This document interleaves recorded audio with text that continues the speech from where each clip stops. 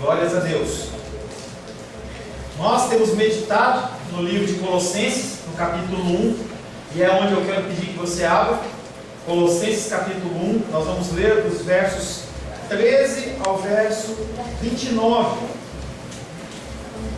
Colossenses capítulo 1, versos 13 até o verso 29.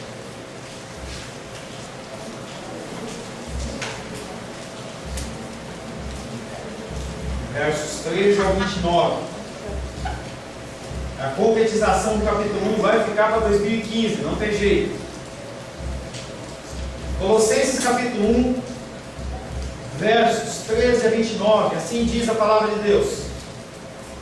Ele nos libertou do império das trevas e nos transportou para o reino do Filho do seu amor, no qual temos a redenção, a remissão dos pecados.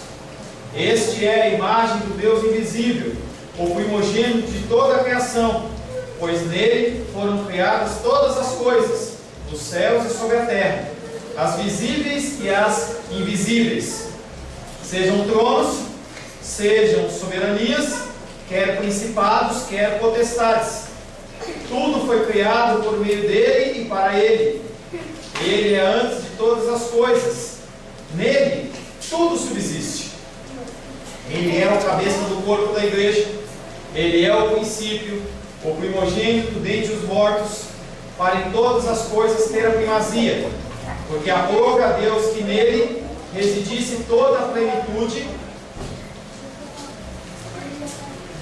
e que, havendo feito a paz, pelo sangue da sua cruz, por meio dele, reconciliasse consigo mesmo todas as coisas, quer sobre a terra, quer nos céus. E a vós outros também, que outrora erais estranhos e inimigos no entendimento pelas vossas obras malignas, agora, porém, vos reconciliou no corpo da sua carne, mediante a sua morte, para apresentar-vos perante ele santos, inculpáveis e irrepreensíveis, se é que permaneceis na fé, alicerçados e firmes, não vos deixando afastar da esperança do evangelho que ouvistes e que foi pregado a toda criatura debaixo do céu, e do qual eu, Paulo, me tornei ministro. Agora me regozijo nos meus sofrimentos por vós, e preencho o que resta das aflições de Cristo na minha carne, a favor do seu corpo, que é a igreja, da qual me tornei ministro de acordo com a dispensação da parte de Deus, que me foi confiada a vosso favor, para dar pleno cumprimento à palavra de Deus, o mistério que estivera oculto dos séculos e das gerações, agora, todavia, se manifestou aos seus santos, aos quais Deus quis dar a conhecer qual seja a riqueza da glória deste mistério entre os gentios, isto é, Cristo em vós, a esperança da glória, o qual nós anunciamos, advertindo a todo homem e ensinando a todo homem em toda sabedoria, a fim de que apresentemos todo homem perfeito em Cristo. Para isso é que eu também me afadigo, esforçando-me o mais possível, segundo a sua eficácia, que opera eficientemente em mim. Palavra do Senhor, amém? Eu queria que um adulto fosse lá fora, porque duas crianças saíram e eu quero saber onde elas estão. Por gentileza, João, por favor.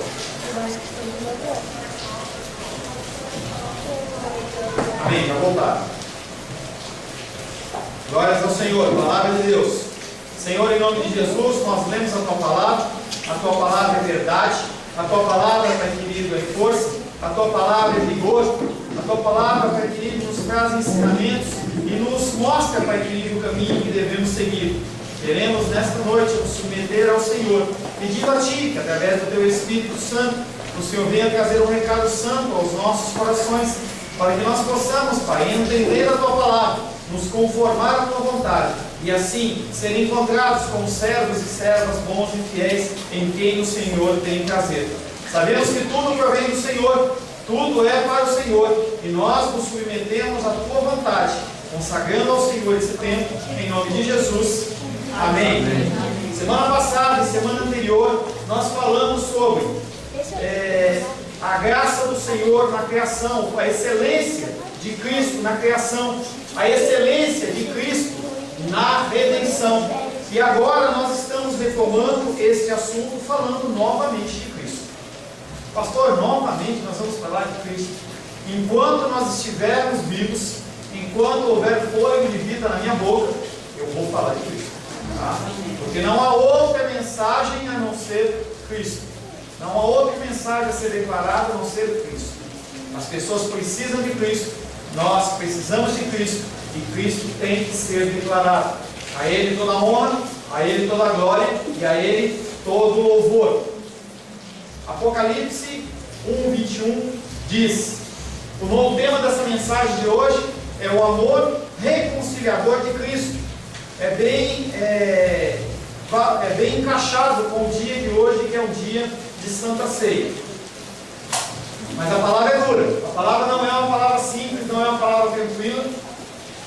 Colossenses 1:21 diz: e vós, que outrora erais estranhos e inimigos do entendimento, pelo pensamento e pelas obras, mas nós éramos estranhos a Deus, nós éramos inimigos no entendimento, nós éramos inimigos do Senhor através dos nossos pensamentos e das nossas obras más.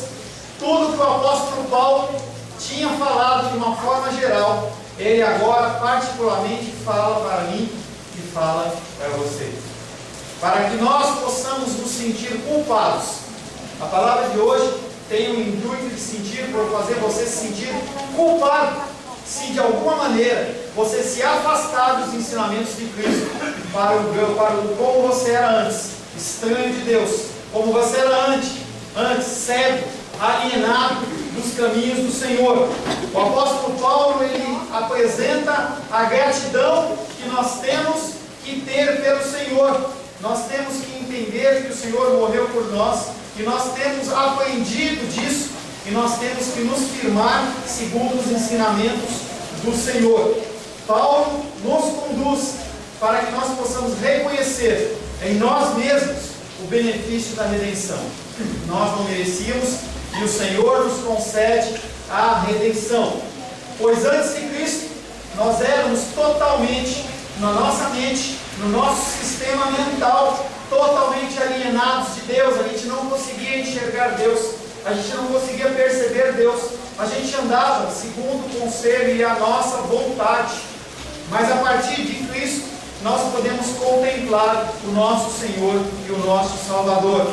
Ele pretende ensinar que o homem, seja quem for, seja de qualquer forma, de qualquer sorte ou espécie, rico, pobre, grego, gentio, seja uma pessoa que vive na Europa, uma pessoa que vive na África, uma pessoa que vive no Brasil, qualquer classe social, qualquer estudo, qualquer cor de pele, qualquer pessoa, seja quem for, está totalmente em oposição a Deus, se não tivermos Cristo junto.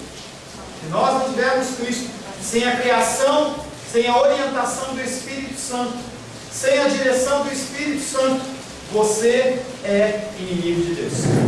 Pastor, que palavra dura, que palavra difícil. Quer dizer que eu sou inimigo de Deus?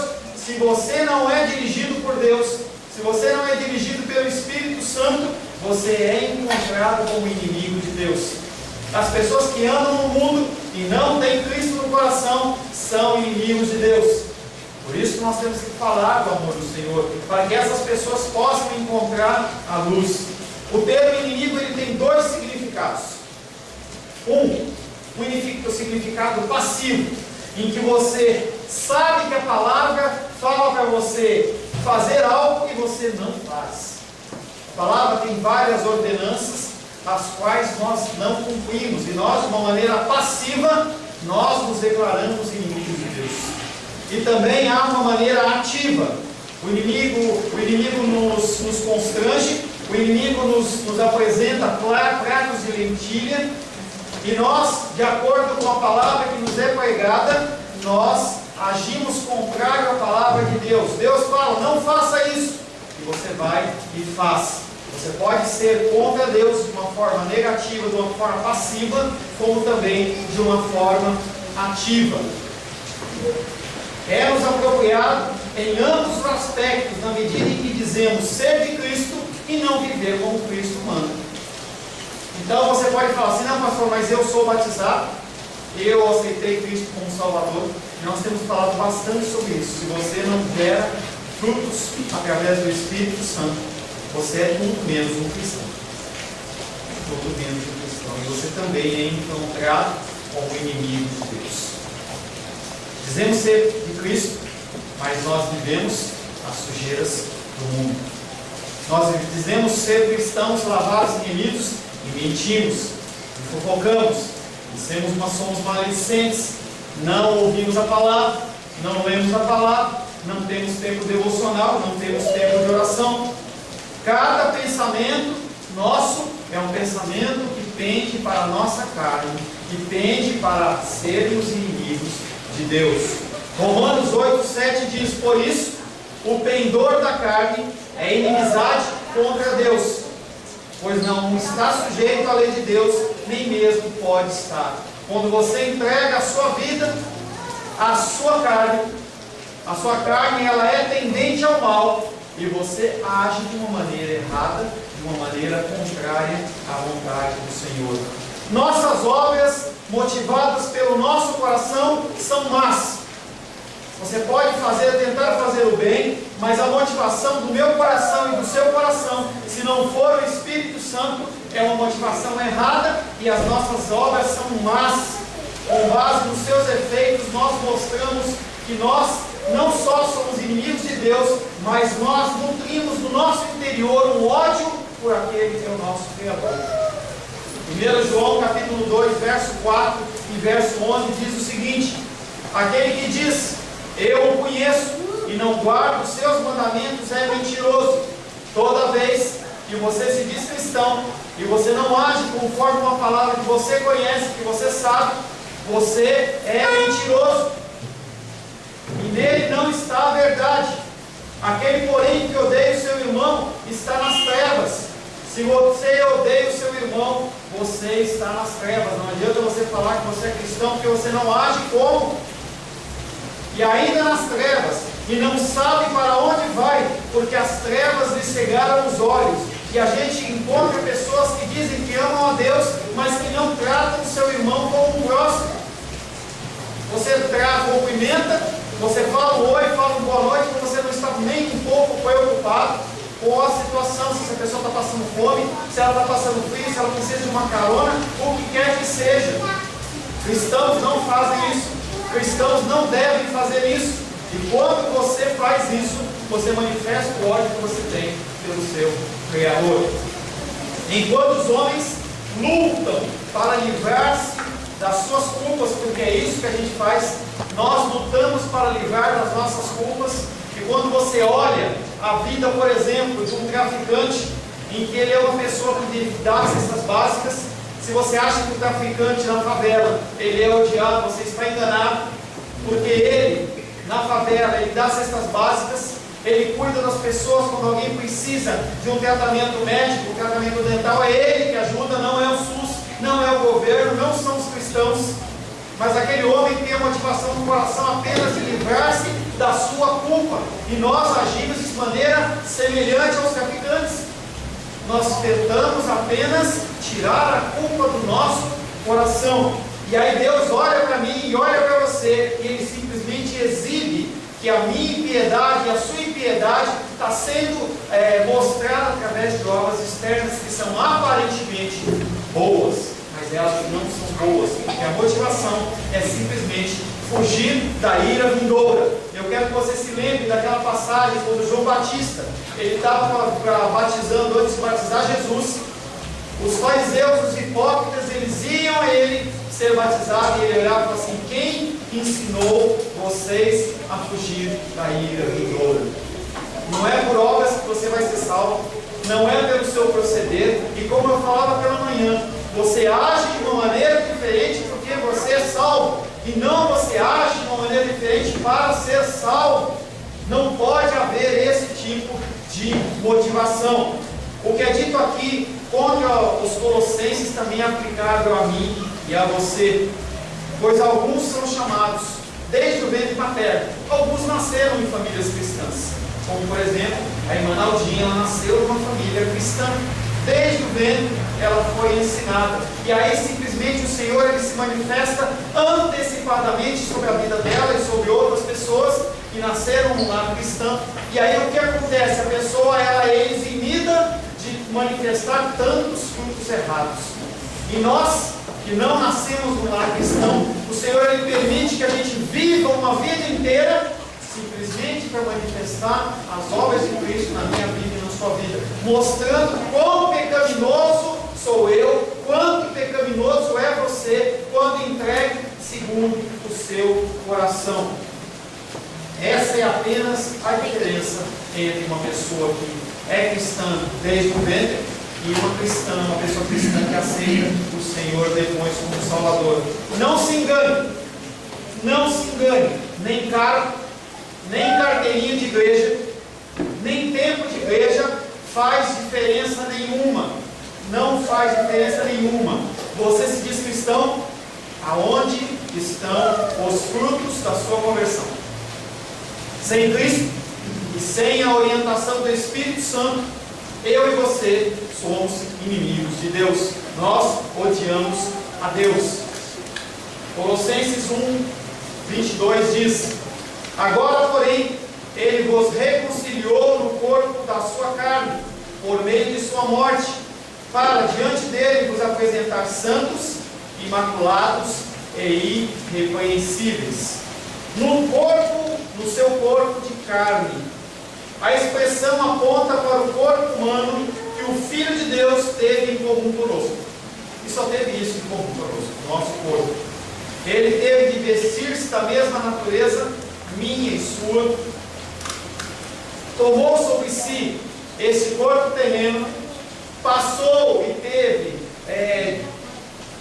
foi permitido, entendeu, que ele passasse por enfermidades, mas ele não se tornou, na palavra do Senhor não mostra, mas ele como corpo terreno, ele ficou sujeito a enfermidades, para que ele pudesse ser o meu mediador e o seu mediador. Um mediador que, apesar de estar em carne, não vivia segundo a carne, e na vida dele, no seu proceder, no seu caminhar, não havia pecado nenhum.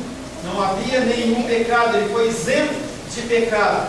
E ao adicionar por meio da sua morte, uma vez mais ele nos chama de volta ao sofrimento. E as pessoas elas fogem do sofrimento, as pessoas não querem o sofrimento, mas é necessário, foi necessário que o Filho de Deus, ao morrer, se tornasse um sacrifício, para nós sermos aceitos no reino de Deus Pai. Sem o sacrifício de Cristo, nós não seríamos aceitos no reino do Senhor. Qual a finalidade disso? Apresentar-nos santos. Aqui temos a segunda e principal parte da nossa salvação, novidade de vida.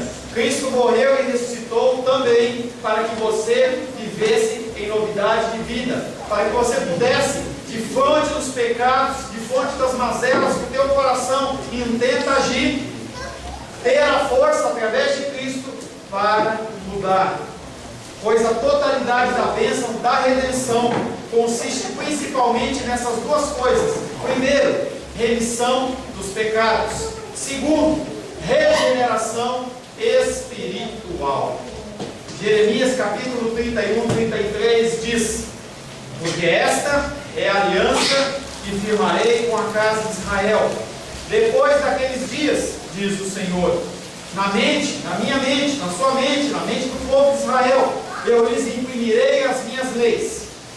Também no coração as escreverei, e eu serei o seu Deus, e eles serão o meu povo. A justificação dos meus pecados e dos seus pecados nos foi imputado através da morte de Jesus Cristo.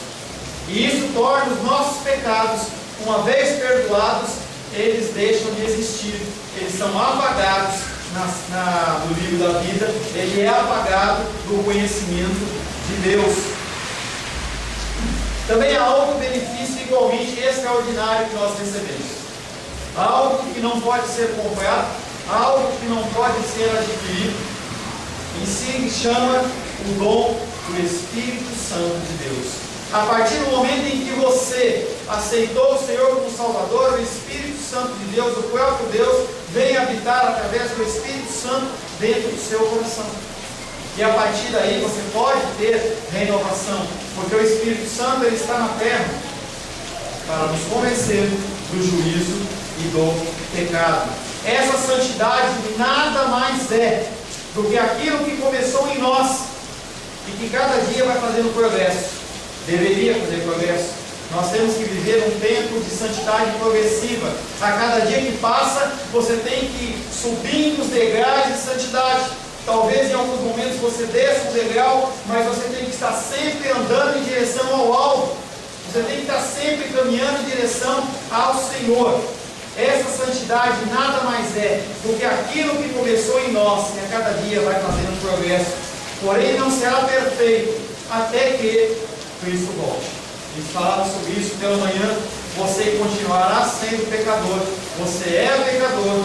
E você mesmo buscando a santidade vai continuar cometendo erro, vai cometer pecado, você vai cometer erros. E o Senhor, Ele é responsável, Ele é aquele que pode, de toda maneira, libertar você do pecado. Você é liberto do pecado através de Jesus Cristo. O apóstolo Paulo, de coração alegre, ele testifica que os colossenses haviam se tornado recipientes desta maravilhosa dádiva da reconciliação. O apóstolo Paulo identifica nos colossenses que o Espírito Santo de Deus está dentro dos colossenses. Ele está dentro deles, da mesma maneira que está no meu coração e está dentro do seu coração. Aqueles que recebem a Cristo têm um sentido muito mais lindo, porque as pessoas que estão no mundo, elas não conseguem enxergar, elas não têm a figura do Espírito Santo de Deus nelas, e elas andam como cegos, elas andam como perdidos.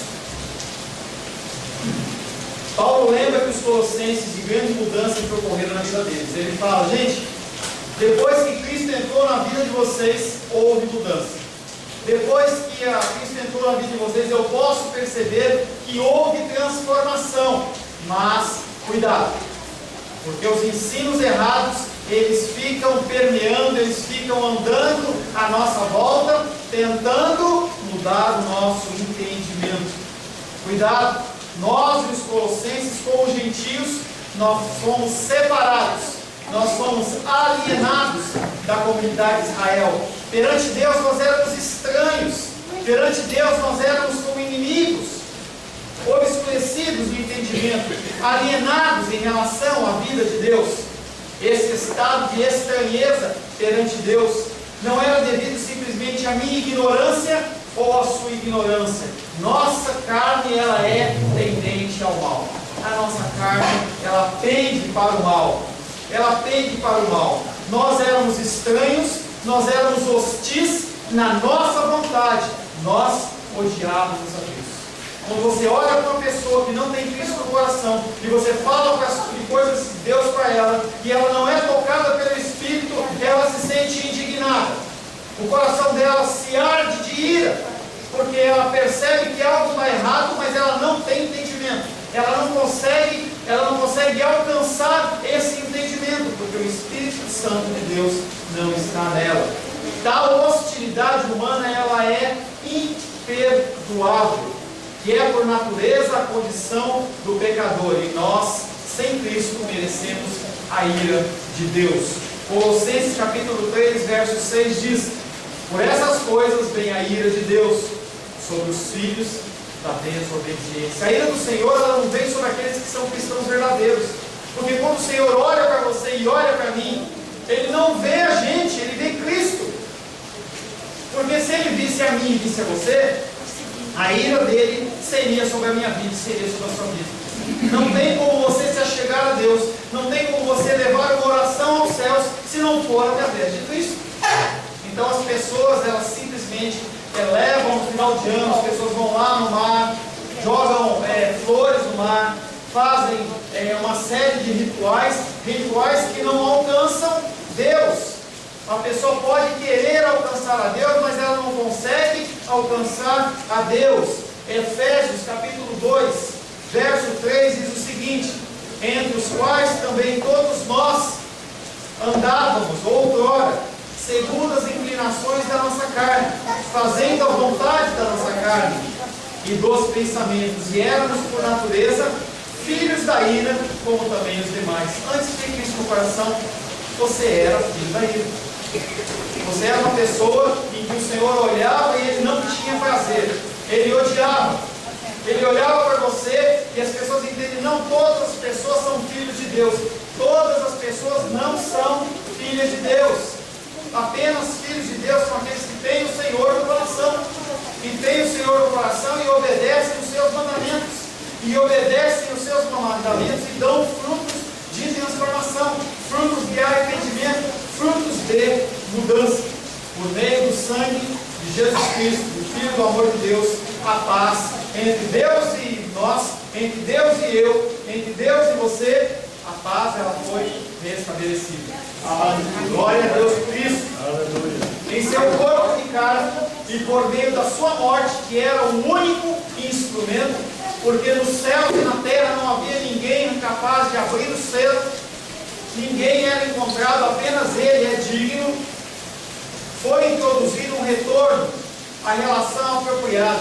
Nós retornamos ao primeiro amor através de Jesus Cristo. E entre os colossenses e também nós, uma relação de ligação com Deus. Pela graça soberana de Deus, os filhos pródigos, eu e você, retornamos ao lar. Como uma ovelha que estava perdida, foi encontrada.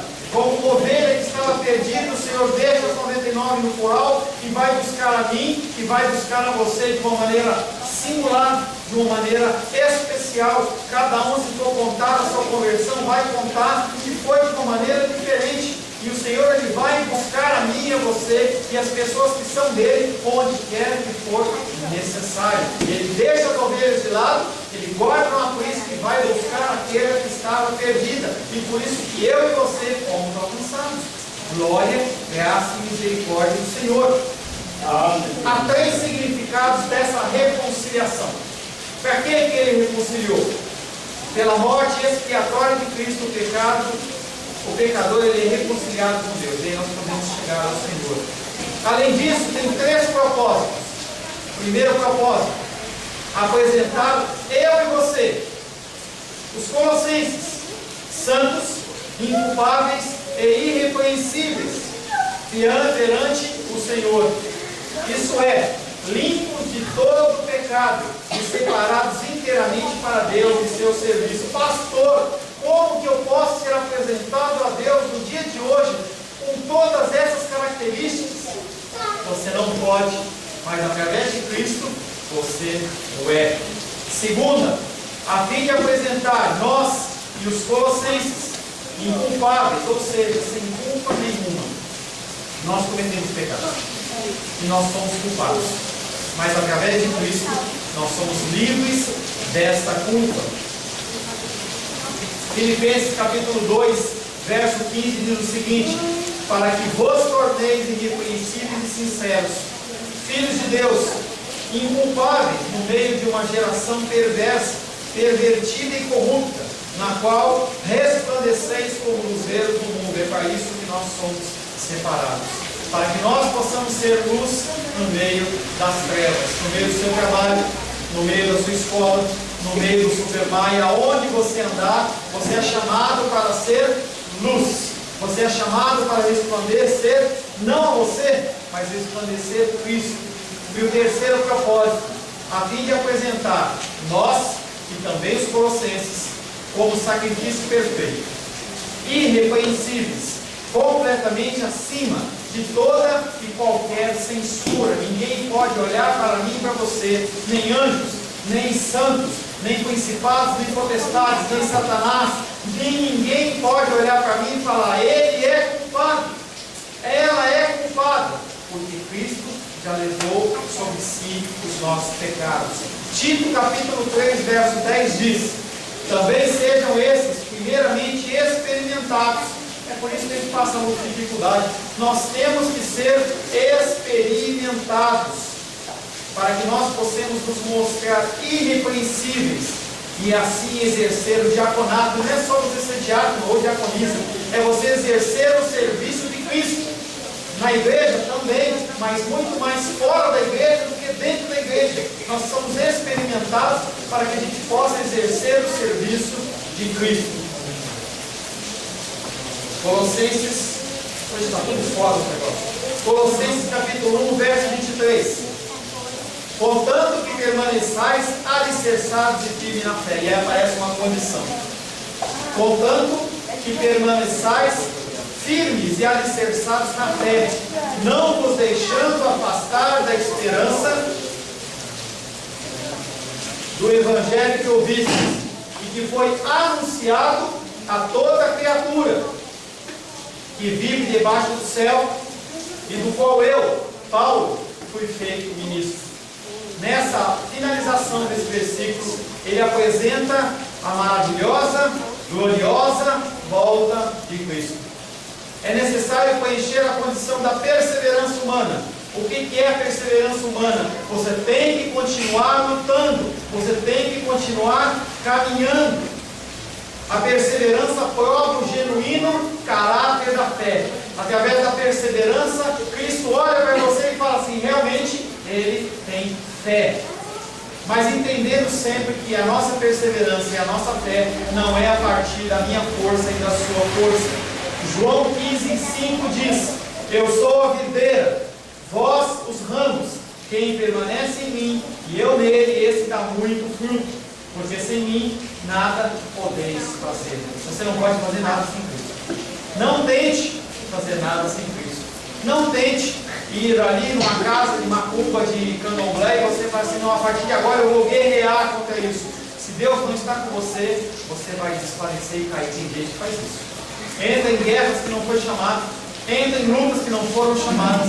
Por isso que toda coisa que você for entrar, pergunta ao Senhor da obra: eu tenho que participar disso, eu tenho que fazer isso. Quando eu fui convidado para vir para Brasília, eu não vim porque eu vim.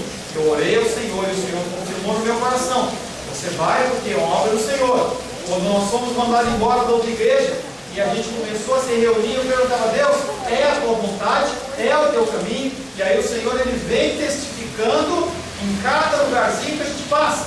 Primeiro lá com a Ione, depois lá no terreno da Gilda, e agora aqui o Senhor, ele vem testificando. E a cada passo que nós temos que dar, temos que nos submeter à vontade do Senhor. E há 3 meses atrás as pessoas estavam correndo de vontade: não, a gente precisa mudar, a gente precisa sair. E a gente fala assim: não, fica. E a gente fala, as pessoas falam assim: não, vamos. E o cara fica. E eu falo assim: não vou me mover enquanto Deus não mandar. Não tem como. Até que o Senhor, da maneira dele, sobrenatural, apresenta aquela plaquinha, e vocês anotaram o telefone, e tudo veio desenrolando, porque foi a vontade do Senhor. Foi a vontade do Senhor. Sem Cristo, nada nós podemos fazer. Filipenses 2,13 diz: porque Deus é quem efetua em vós tanto o querer como o realizar, segundo a sua boa vontade. Até o seu querer não predispõe de você. Por isso que quando nós vamos orar, você tem que falar: Deus, me dá vontade de orar, me ensina a orar. Deus, me dá vontade de ler a palavra, me ensina a ler a palavra. Porque senão você vai fazer uma coisa de uma maneira mecânica e religiosa. Não é isso que o Senhor quer. Nós, como seres humanos, eu não sou diferente. É muito mais fácil eu ficar na frente da televisão vendo um seriado, ou vendo alguma coisa, ou conversando com amigos, do que você se esmerar no estudo da palavra. As crianças, elas ainda não têm entendimento. Aí eu olho daqui, eu vejo, elas ficam agoniadas. A gente não pode ficar bravo com elas, porque elas ainda não têm entendimento. O Gabriel não, o Gabriel já tem entendimento, ele é batizado, é diferente. Mas a gente olha para a Sofia, ela não entende o que está acontecendo. Mas o que a gente vai fazendo? A gente vai plantando, a gente vai semeando. E aí, tanto o João como a Luísa levanta e vai no banheiro e água e volta e vai. Isso é normal, é o procedimento da criança, é o ser uma criança normal. Se fosse diferente, estaria doente. Então a gente tem que entender para que daqui a alguns anos, como a Luísa está sentada, como o Gabriel está sentado, eles possam entender, eles começam a ouvir, talvez não absorvam tanto, mas começam a absorver os conhecimentos do Senhor. Quando chegar numa idade mais madura, o que foi ensinado a eles vai perdurar nos seus corações. Eu falava hoje pela manhã, e eu vou falar para ficar registrado na câmera. O Gabriel, ele bateu no ombro do Sebastião ontem e falou assim: papai, está na hora da gente ir embora, porque amanhã tem dominical. Gente, isso não é um pensamento normal de um ser humano. É de uma pessoa que é transformada e mudada. Isso vem de quem? Porque ele é legal? Porque ele é bonzinho? Porque ele é filho de Sebastião? Não, é porque o Espírito de Deus já começa a agir no coraçãozinho dele. E isso é bênção do Senhor. Nada podemos fazer sem Cristo. Nada. 1 Coríntios 3,11 diz: porque ninguém pode lançar outro fundamento além do que foi posto, o qual é Cristo. Mas há um perigo. As pessoas, elas não se esmerando no estudo da palavra, elas ouvem qualquer coisa. E essas quaisquer coisas nos levam a andar em caminhos errados. E quando nós andamos em caminhos errados, nós nos afastamos do Senhor. Nós voltamos àquela condição novamente de pecado. Nós voltamos novamente àquela condição de pessoas que andam nos caminhos errados. Nós temos que tomar cuidado com os ensinamentos errados que nos são apresentados. Há o perigo dos falsos ensinos.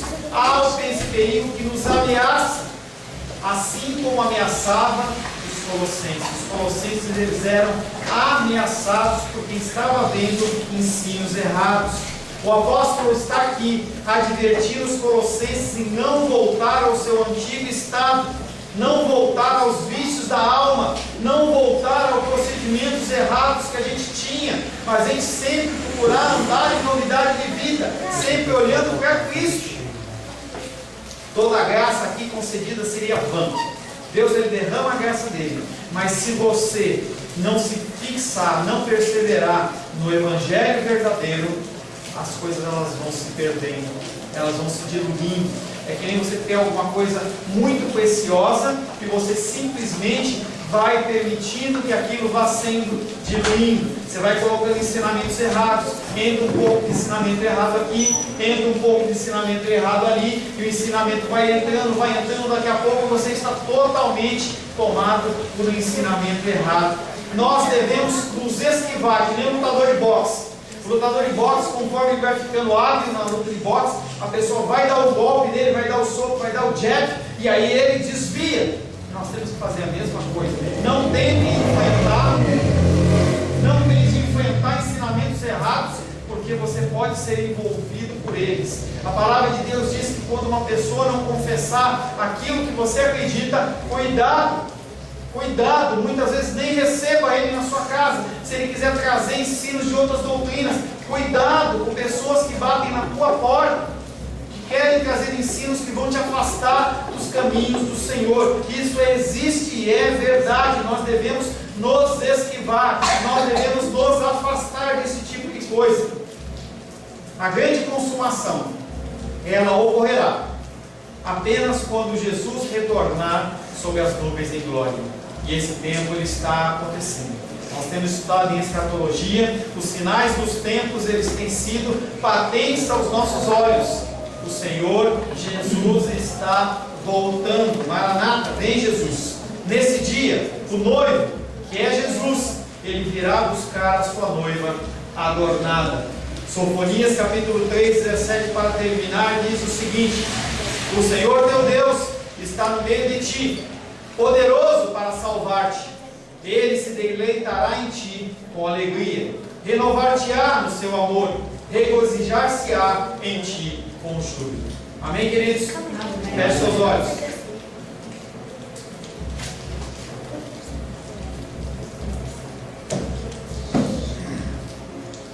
Senhor, te louvamos, Pai. Te louvamos porque através da tua graça e da tua misericórdia, nós deixamos de ser gentios. Nós deixamos, Pai, de ser perdidos. Nós deixamos, Pai, de andar alienados.